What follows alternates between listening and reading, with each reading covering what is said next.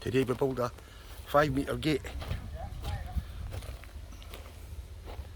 on sliding rollers.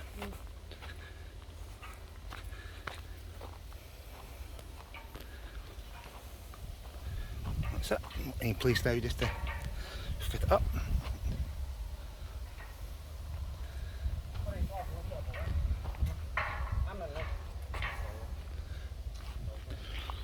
And all the runners are done in concrete.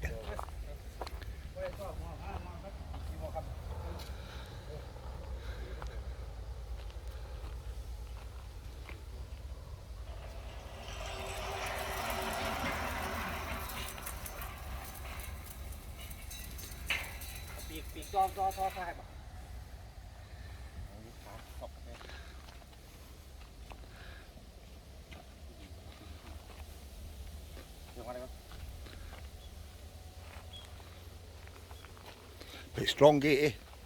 Foundations for the post, very strong.